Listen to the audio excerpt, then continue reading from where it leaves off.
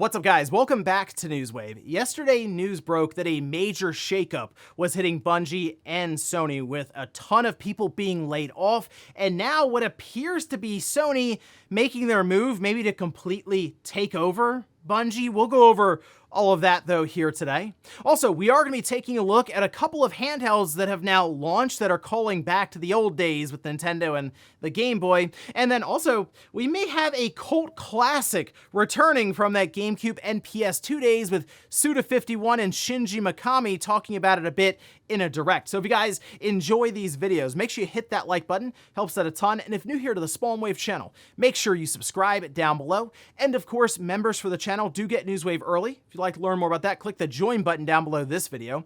And we're gonna start today with PlayStation Plus Essential Games for the month of August. We can see this was posted up over on PlayStation Blog. And right at the top, we do have the 3 games that'll be heading into the service. Starting August 6th, we have Lego Star Wars The Skywalker Saga, Five Nights at Freddy's Security Breach, and then Ender Lilies. It's also worth reminding everyone right now that as of August 6th, you won't be able to claim the current games that are an essential, that being Borderlands 3, NHL 24, and Among Us. So if you have not done that, you may as well, you're in the subscription now, let's say you're signed up for Essential, you might as well add them in. But of these 3, the one I can personally recommend is Lego Star Wars The Skywalker Saga. It was a very ambitious game for them to attempt here for the Skywalker Saga. I think they came up with a really good Lego game, and while it does still follow the typical formula of a Lego game where you collect a lot of pieces and you build out sort of a collection with all of that, and of course you follow the Star Wars plot line in the different movies and episodes, it was still a lot of fun, and you can play co-op all the way through. So certainly want to add that one into your library, but as I say with these different subscription services, if you are subscribed, you might as well add everything that they drop in there to get the maximum value. Also, sticking with the Lego theme for a minute, over on Humble Bundle, you can see they posted a new collection here, the Worlds Collide Ultimate Assembly Game Bundle. This has 19 items in it, and I wanted to point it out because when I saw this pop up, it initially tells you it's $25. You actually move it down to $15, and at that point, it's less than $1 per item, and there's some pretty good Lego games. I mean, like Lego Batman 3, Marvel Superheroes 2, Jurassic World, the Star Wars, The Force Awakens, you have Lego Worlds, The Incredibles, Lego Movie, the different Lord of the Rings, Harry Potter. There is quite a bit of value here at that $15 mark, and these are, I will say, these are all redeemable through Steam, it says, on the website here. Of course, you know, also be played there on Windows. So if you have a Steam Deck or a ROG Ally, those handhelds, this is a really good bundle to kind of kickstart your collection, or you can of course just play it on really any mid-range PC. Will handle any of these games perfectly fine. And hey, the backlog always needs a little more, right? I mean, I'm sure most of us are caught up by now. What's another 19 Lego games to throw in? Oh, and we had talked briefly about a blue Xbox Series controller that was leaked out a bit early from D-Labs. Now, though, we have the official reveal for it through a trailer you can see. And I do like the callback to the original Xbox startup, sort of that reactor and the sound, and then it shifts over to it being blue. And then we see the transparent blue Sky Cipher controller. This will be available August 13th, although pre-orders are available right now on their website, but it is going at the price of $70. I mean, I think it looks good. It's sort of has that ghost transparent look to it with the blue, and you can see all the inner workings there of the controller that normally would, of course, be covered up by the solid plastic.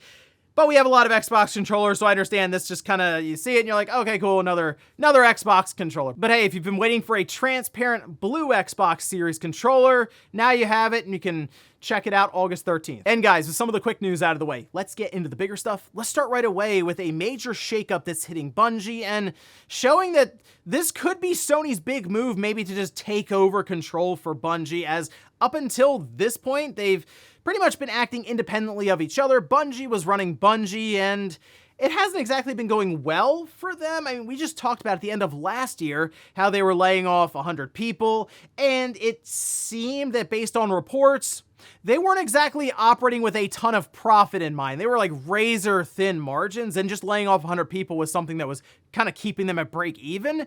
And now it appears things have just gotten worse for them. In fact, they outlined all of this in a post on their website, which you can see here.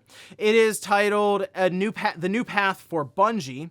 And I went ahead and picked out some of the important parts here. I mean, initially they say, beginning today, 220 of our roles will be eliminated, representing roughly 17% of our studio's workforce. So at the end of last year we had 100, now we have 220 roles. That's 320 right there. And that's at that time, that's about 27% of their overall workforce. They're down now to 850 employees. Before they were at 12 to 1,300. They say these actions will affect every level of the company, including most of our executive and senior leader roles.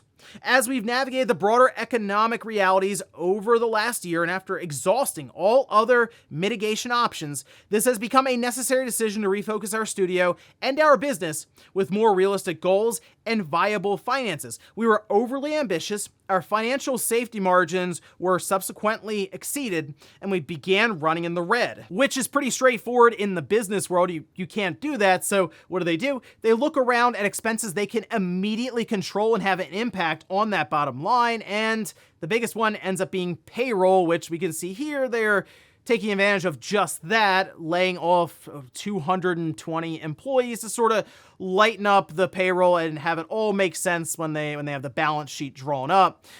But in this case, it seems that things are continuing to trend towards Sony just outright taking over Bungie, because we can see this followed up where they say, we are deepening our integration with Sony Interactive Entertainment, working to integrate 155 of our roles, roughly 12%, into SIE over the next few quarters.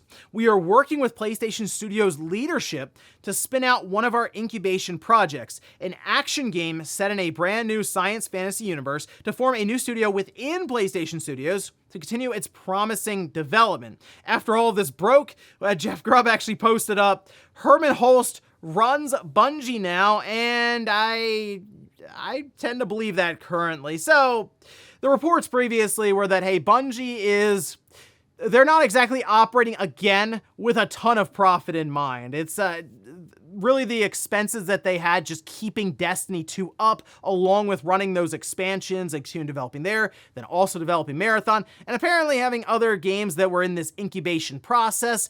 None of that was cheap. And also they had a ton of people that were working there. We already mentioned it was well over 1,000 people. Now they're down to roughly 850, with even some of them going over to SIE over the next few quarters. So they did lean out quite a bit.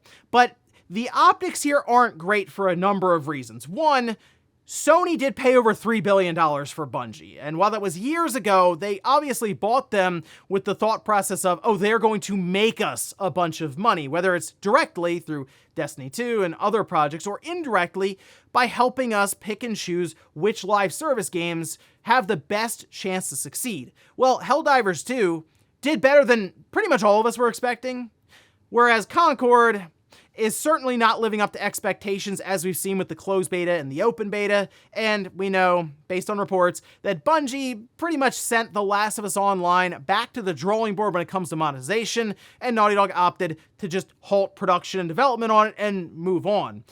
But now you look at them and go, well, hold on, you were telling Naughty Dog what to do with something like Last of Us Online, and here you are now struggling just to operate your own studio to the point where you're laying off hundreds of people and even sending some over to Sony. And now we have discussions and reports that Sony themselves, Herman Holst, is moving in to take a more serious role at Bungie. I mean, with all of that placed in front of you, it's hard not to look at that purchase for Sony and go, that wasn't great. It wasn't a great acquisition for Sony at this time. And now, a lot of pressure on Marathon. And I gotta tell you, based on some of the reports earlier around playtests, maybe not going the best for Marathon, there's a lot of concerns there, because how do you make Destiny 3 if you were always worried about Destiny 2? And then even when you deliver an expansion that seemed to do well, the Final Shape expansion, all I saw online were people who were really happy with it. and then this was the result. It still wasn't enough. So maybe this new game that they're working on within Sony will actually be able to do well, and that can kind of get them back on track. But it's a studio that they are forming now within Sony, SIE, away from Bungie, and kind of feels like Bungie just maybe is slowly just completely integrating within Sony. I feel like that experiment of them acting independently is over, and this is something we'll see represented more and more over the next year or two as Bungie just becomes pretty much a PlayStation studio entity. Next up, let's talk about a couple of handhelds that just launched yesterday, and these are from Neo. We've discussed this actually before, as it looked like they were taking a ton of inspiration from the DMG Gameboy, as well as the Game Boy Micro. Now, they put out a full trailer for it. We can go over some of the specs and features, as well as the price point that it starts at. Currently, they have it set up in like Kickstarter, crowdsourcing, Kickstarter, Indiegogo kind of setup, so I do tend to be a little more concerned about sharing those around right away, but this is Neo, and they pretty much delivered across the board with all of the different products that go into crowdsourcing, so feel better about that one. But we can see the trailer here, and the Pocket DMG is the big one they're pushing. It does have the Qualcomm Snapdragon G3X Gen 2, which is a very capable chip. You can play different Android games on there. Genshin Impact, I saw benchmarks for that, ran really well, but also obviously, people would be picking this up for emulation, and you're going to run pretty much everything across the board for the most part, because it does have active cooling and can operate up to 15 watts for max performance. So PS2, GameCube, Wii, PSP, all of those should run with no problem, and for the most part, you'll be able to also bump up resolution and different effects there. It does come equipped with a 3.92-inch OLED display, has a medium Hall sensing joystick. There's even a touchpad down there, which I guess that's an interesting way to use the extra real estate that the DMG would normally leave there just on the bottom. There's also this wheel on the side that you can also press in, so you can slide it up and down. In the trailer, they showed it changing the brightness. Apparently, you can map different features to it. So in this instance, they had just the screen brightness mapped to it. I guess you can change it up almost as like a little macro scrolling wheel. You also have these shoulder buttons. They call them coastline shoulder buttons, but they're angled down a bit. That does look like that would certainly help with sort of the grip that you would have, so it's not as harsh at like a right angle.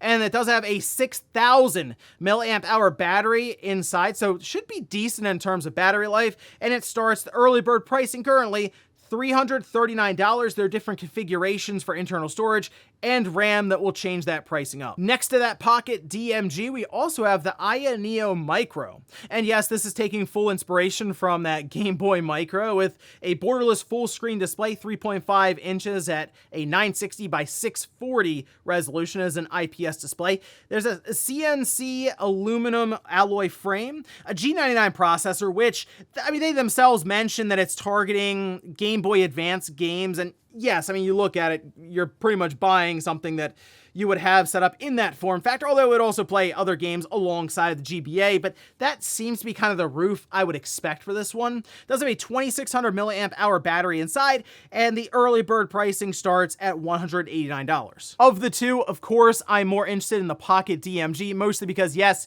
it is more capable, but also sort of that setup with that vertical orientation, that build. I'm curious how that will feel when playing some of the more high-end systems that it can emulate. And also that touchpad, the scroll wheel. There are interesting features that will set this thing apart, and it coming in at that lower price of $339 isn't bad. It can go upwards of $500, so it can get pretty pricey pretty quickly with some of the different configurations. But maybe I'll check it out later when it does launch, as currently they are aiming for October to have these things start shipping out. And in our last bit of news, let's talk about a cult classic with Suda51 and Shinji Mikami sitting down and talking about the possibility that Killer 7 could make not only a full return, but also maybe see a new entry.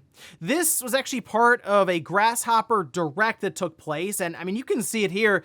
It is legitimately just Suda51 and Shinji Mikami sitting down at a table and just talking about games for solid 40 minutes or so, and during that conversation, Killer 7 did come up. This was transcribed by Video Games Chronicle, saying, "I've realized that I want to stay as hands-on as possible when it comes to game creation. I'd love to see Suda make a sequel to Killer 7. That from Shinji Mikami, with Suda51 replying, "I'd rather make a complete edition first and then Killer 11. Mikami then asked if the sequel would indeed be called Killer 11, to which Suter clarified, I don't know, Killer 7 something probably, maybe Killer 7 Beyond. Fans would probably love a complete edition, Mikami concluded.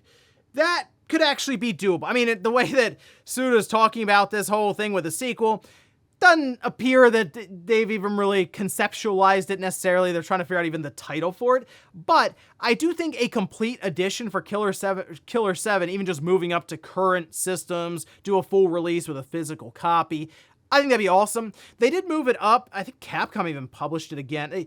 If they moved that up to PC and released it there on Steam, but we haven't seen anything to current consoles at all, really ever since it came out on the GameCube and the PS2. So it was a big deal when it went to Steam in 2018. So it's like 5 or 6 years ago. So I think that'd be awesome to have at least that re-release, and it would allow them to test the waters a bit to see if there would be interest in a sequel, because, well, I ran the poll and we'll see how many people are even familiar with Killer 7, which we can see that poll here. And yeah, I asked, have you played Killer 7? 87% say no, 13% say yes. So you'd have to go back to 2005 for this either way. I mean, it came out, what, like 4 months? I think it was like 4 months or so. 5 months maybe before the Xbox 360 came out in 2005. So it was right towards the end of that GameCube PS2 generation. I actually had it on the GameCube, and it was such a weird game. It completely stood out from everything else. So I guess now with how many indie games constantly come out and a lot of the boundaries are pushed, it probably would have blended in a bit more now than it did then. Although that was also a very creative time. It's just a strange game. Nothing like it out there. So maybe it could actually still stand out now with some sort of remaster or them just even porting it up to current systems and let the new generation of gamers try out what is, well, it's certainly something from Suda51. And we'll finish up with the comment of the day, as you're seeing here. This is from Flapjacks, who says, we need that Xbox handheld. I picked this one out specifically because I do believe we are going towards a generation here soon where all three manufacturers, console manufacturers, will have handhelds in some regard. Obviously, Nintendo has their hybrid system, so it's a console, it's a handheld, great.